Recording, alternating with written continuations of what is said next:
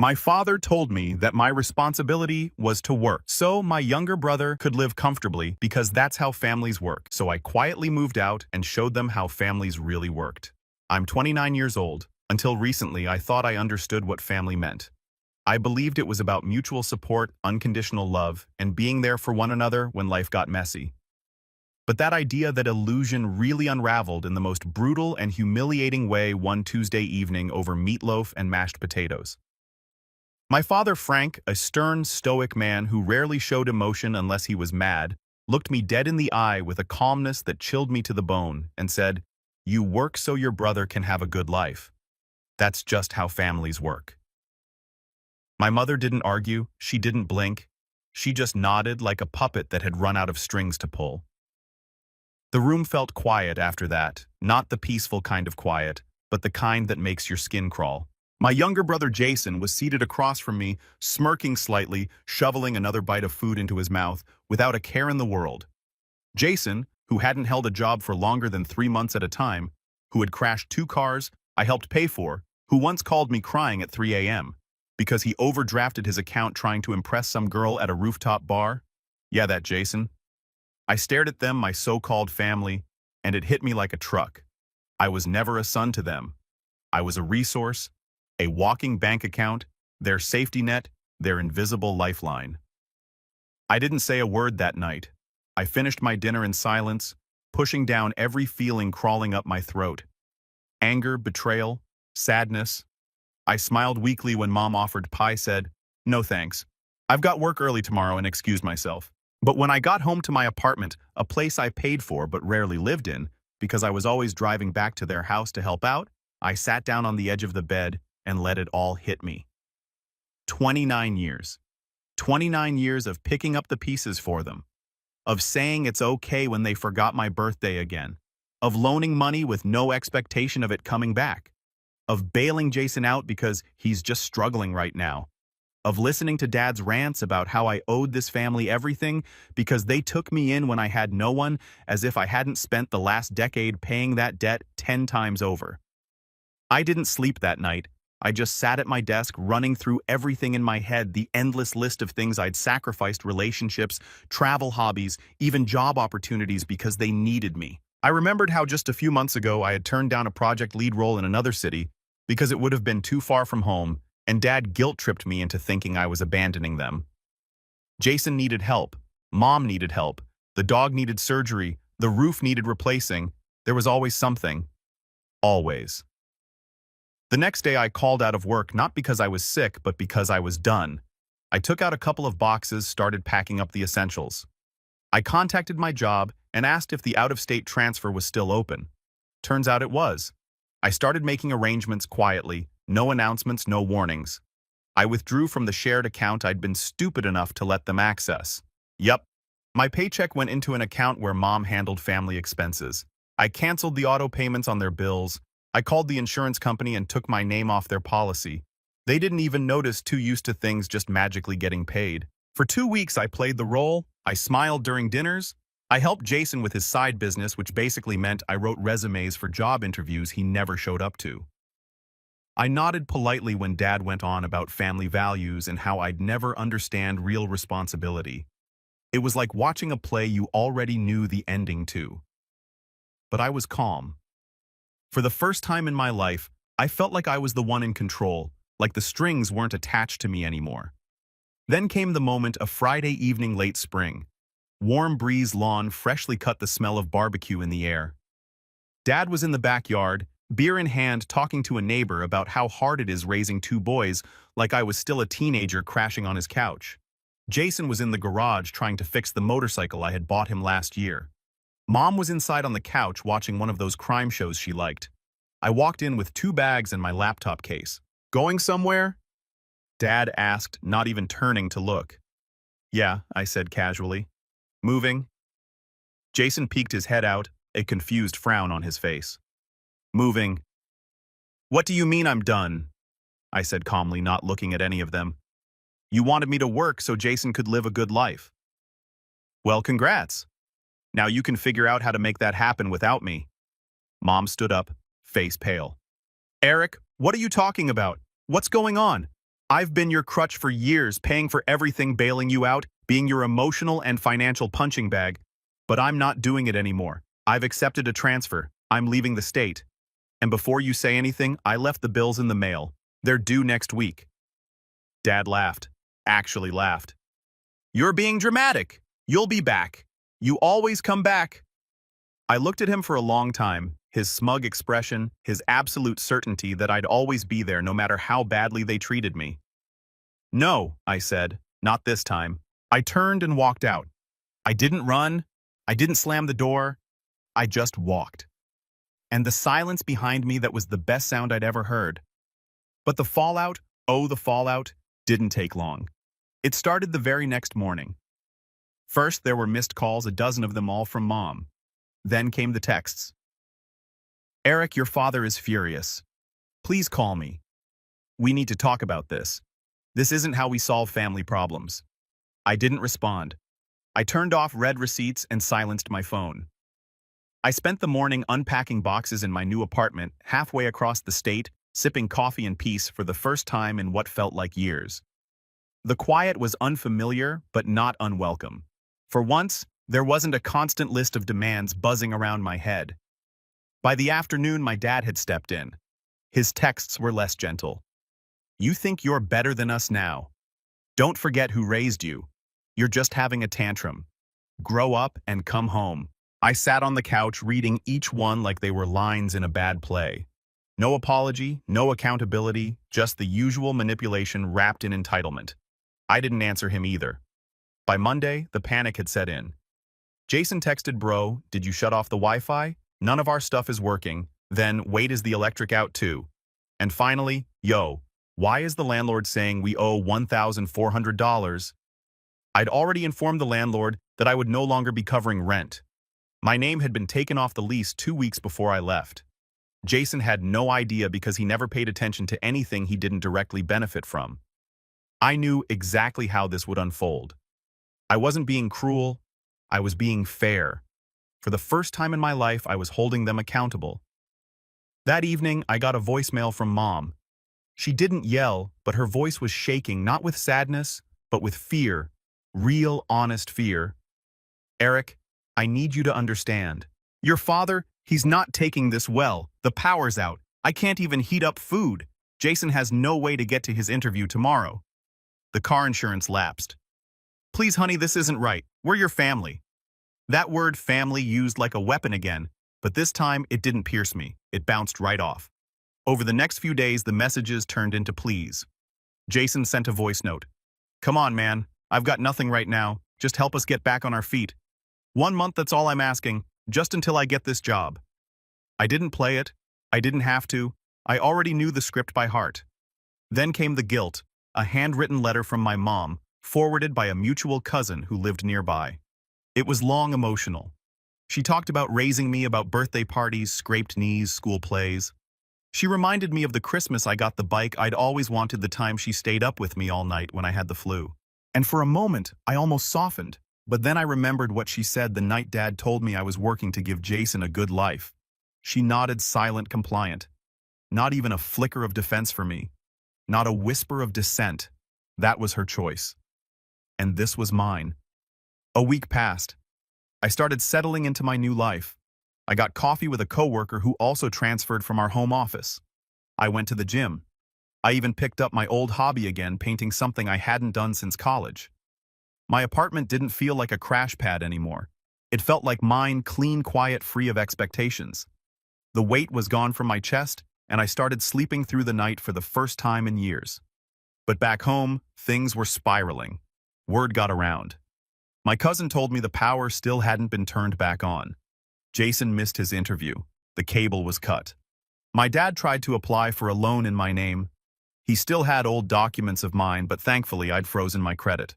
He was furious, storming down to the bank only to be told he didn't have access anymore. He sent me a single text after that. One line, "You'll regret this." No, I wouldn't. The kicker came when Mom tried to sell my old car, the one I'd let Jason borrow. Turns out it was still under my name.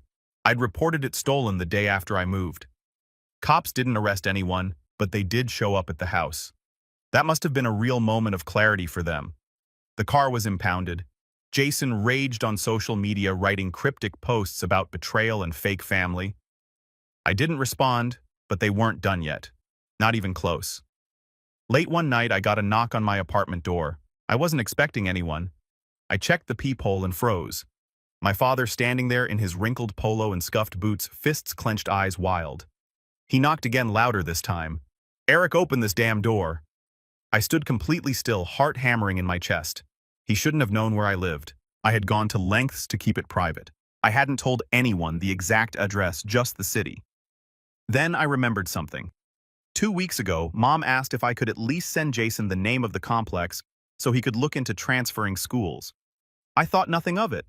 I didn't give a unit number, didn't think they'd come here, but now he was outside, furious, unhinged.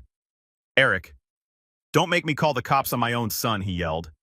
The irony almost made me laugh, but I didn't open the door. I stepped back, picked up my phone, and dialed the number I'd saved just in case this very moment ever came. "Hi. Yes, I need to report someone trespassing at my apartment. He's shouting, won't leave. I believe he followed me from another city. His name is Frank Collins." Yes, my father. As I watched his silhouette pacing behind the peephole, muttering and swearing to himself, sirens began to echo in the distance. And in that moment, I realized something. For the first time in my life, they were finally going to learn what life costs without their personal ATM. By the time the patrol car pulled up outside, my father was still standing on the walkway, arms crossed like he owned the building, like he could knock once, and I'd come crawling back with an apology and a checkbook. But when those red and blue lights hit his face, I watched something shift in his expression. It wasn't panic, not yet. It was confusion, like he couldn't believe this was actually happening, like he was the one being wronged. I cracked the window slightly from behind the blinds and listened. One of the officers, a calm but firm woman, approached him. "Sir, we got a call about a disturbance. Do you live here?" "No, but my son does," he barked, emphasizing the word like it gave him rights. "I'm here because he's lost his damn mind and I need to talk to him." The officer nodded slowly. "And he asked you to come here?" He hesitated. "No, but I'm his father." "We have business?" "Business doesn't entitle you to show up at someone's residence uninvited and start yelling," she said. "I'm going to need you to leave the premises." That was when he snapped. "You don't understand," he growled. "That ungrateful little brat owes me everything. I worked 2 jobs when he was a kid. I gave him a roof. Now he thinks he's too good for us. He cuts us off. Lets his mother sit in a freezing house, and I'm just supposed to walk away." The officer didn't flinch. "Sir, I'm going to ask you one more time. Leave the property, or I'll have no choice but to escort you off." He stared at her, breathing heavily, then glanced up toward my window, as if he knew I was watching. His face twisted with a look I'd seen only a handful of times in my life. Not anger, not disappointment, something deeper, powerlessness. It wasn't a look my father wore often. He was a man who commanded, who demanded, and for the first time someone else was drawing the lines. He turned slowly, muttered something under his breath, and walked away. His shoulders tense like they were made of rope pulled too tight. The officers waited until he was fully down the street before getting back in the car. I didn't sleep much that night.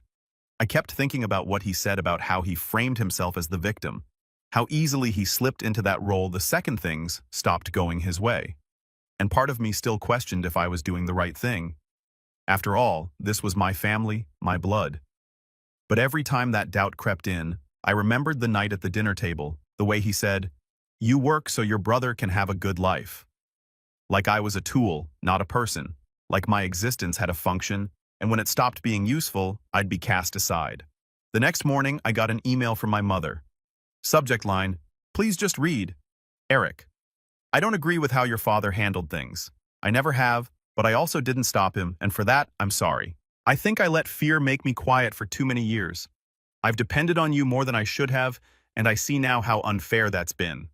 Your father is stubborn, but he's also scared. The world is changing around him, and he doesn't know how to live in it. Jason? Well, Jason has never had to learn to be independent.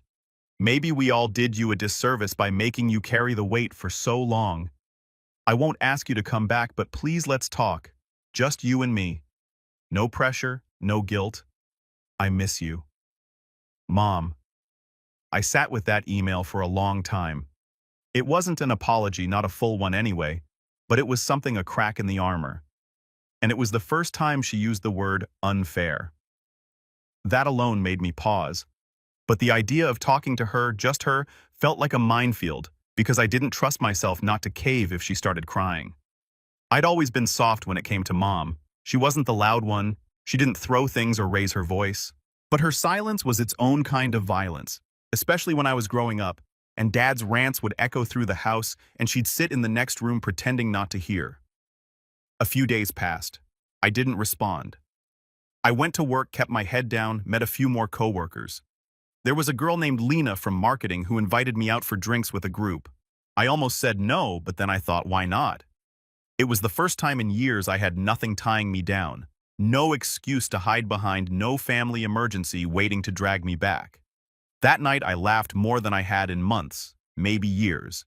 And when I got home, I sat down at my desk, opened Mom's email again, and typed a short reply. I'm not ready to talk. Maybe one day, but not yet. I hovered over the send button for a moment, then clicked it. The next morning, I had another message, not from Mom, from Jason. Subject line, "You're really proud of yourself, huh? Can't believe you're just letting us crash and burn. You're sick. You think this makes you strong? It doesn't. It makes you cold. You're not better than us, Eric. You're just bitter. Enjoy your little escape while it lasts. We'll see how far you get when no one's there to cover for you anymore." I didn't reply. I didn't even finish reading it. Instead, I walked to the window, looked out at the street below, calm, bright, filled with people who didn't know me or what I had just walked away from. It was terrifying and exhilarating. And deep down, I knew Jason wasn't done. He wasn't going to let go that easily. He was just getting started. I didn't reply to Jason's email. I didn't need to. I knew exactly what it was, the last desperate scream of someone whose safety net had been cut, flailing for a ledge that no longer existed. For years, Jason had coasted on the assumption that someone else, me, would always take the fall, always show up, always pay. He wasn't prepared for a world where consequences actually landed in his lap. But I was. I'd lived in that world all my life. 2 weeks passed. Things got quiet. No more voicemails, no texts. I thought maybe they were finally getting it. Maybe Dad had found some other scapegoat, or Jason had found a way to manipulate someone else into footing his bills. I allowed myself a cautious sense of peace. I was sleeping better, working harder, talking to Lena more. I'd even started looking into buying my own place, something I never imagined doing before because I was too wrapped up in everyone else's problems to consider my own future. But then came the knock. I was getting ready for work, half-tied coffee in hand, when someone pounded on the door. Not a knock, a pound. I froze. Something about it felt wrong. I looked through the peephole. Jason. He looked like a mess, greasy hair, faded hoodie, backpack slung over one shoulder like a kid who'd missed the school bus. His eyes were sunken and his jaw was twitching. I didn't open the door. I spoke through it. "What do you want?" "You serious, man?" His voice cracked, high-pitched with desperation. "You're really going to talk to me through a door? After everything?" "Yes," I said. "After everything." He stepped back, ran a hand through his hair. "I just need a place to crash. 2 nights, 3 max. I've got a friend in Ohio who said he'd help me out, but I need a few days. I missed my last bus because my phone died. Please, Eric." My hands curled into fists at my sides, not out of anger, out of muscle memory, the urge to help, to fix, to rescue. It was still there, buried deep like a splinter under the skin. But I took a breath and pushed it down. "No." He blinked. "No. Just no." I nodded even though he couldn't see me. "You made your choices. You lived off me for years. Now it's time you live with the consequences." He stared at the door for a long moment like he thought it might suddenly vanish and I'd be standing there with open arms. But when nothing happened, he snapped. "You think you're some kind of hero now? You think cutting us off makes you strong? You're pathetic, Eric. You're not better than me. You're just alone." I smiled faintly. Being alone doesn't scare me anymore. He kicked the door just once, a loud, frustrated bang that made the frame shudder. Then he walked away, muttering something I didn't catch. I waited 5 minutes, then looked out the window. He was gone. The next day, I called the property manager and installed a camera over my door just in case. But that was the last time I saw Jason in person. What came next was predictable. The family gossip train started chugging. Aunt Linda called me out of nowhere, pretending to check in but clearly fishing for dirt. My cousin Leo texted, "Heard Jason's couch surfing. What's going on, man?" Even my old high school best friend got a message from my dad, trying to reach me through someone I still respected. But I stayed quiet until the final straw. I got a certified letter, thick envelope from a law office. Inside a lawsuit, Frank and Margaret Collins versus Eric Collins. They were suing me for financial abandonment for failure to provide ongoing familial support under implied agreement. Their lawyer claimed I had created a verbal contract by consistently supporting them and that I owed them compensation for damages they'd suffered after my departure. I sat there stunned, laughing, then not laughing. I read it over and over again like it might turn into a joke if I squinted hard enough, but it was real. And it was the moment everything truly snapped into focus. They didn't love me. They never saw me as a son. They saw me as a wallet, a plan, a policy. And now that their policy had lapsed, they wanted to sue the insurance company. I hired a lawyer the next morning. I showed her every document I'd kept, screenshots of texts, old bank statements, auto deposits, the shared utility accounts in my name, the email from Mom, the voicemail from Jason, the text where Dad said, "You work so your brother can have a good life." It wasn't just helpful. It was a goldmine. Their case fell apart in court like wet tissue. The judge, a no-nonsense woman in her 60s, took one look at the evidence and dismissed the suit outright. She even scolded their attorney for wasting the court's time with something so transparently manipulative. My lawyer asked for court costs. The judge approved them. They owed me $4,200 in legal fees. They didn't pay, so we garnished their tax return. I didn't want to do that, but I did, because that's how the real world works. The one I live in now, the one they tried to keep me from entering, because they knew deep down that once I did, I wouldn't come back. I heard through a cousin that Jason moved in with an old girlfriend, that he's working part-time delivering packages. Good. Maybe for the first time in his life, he'll learn how to survive without someone else covering his rent. My dad is still angry, still bitter. Apparently, he tells anyone who will listen that I betrayed the family, but nobody's really listening anymore. And my mom, she sent me one last letter. No guilt this time, just a single paragraph. "I don't expect forgiveness. I just hope you're doing okay. I was wrong to stay quiet for so long. Whatever happens next, I hope you're happy. You deserve to be." I haven't responded. Maybe one day I will. Maybe not. Because I am happy. For the first time in my adult life, I wake up without a weight pressing on my chest. I go to work and come home to silence. I choose. I spend my money on me. I laugh with friends who don't need anything from me. And I've started dating Lena slowly, carefully, honestly.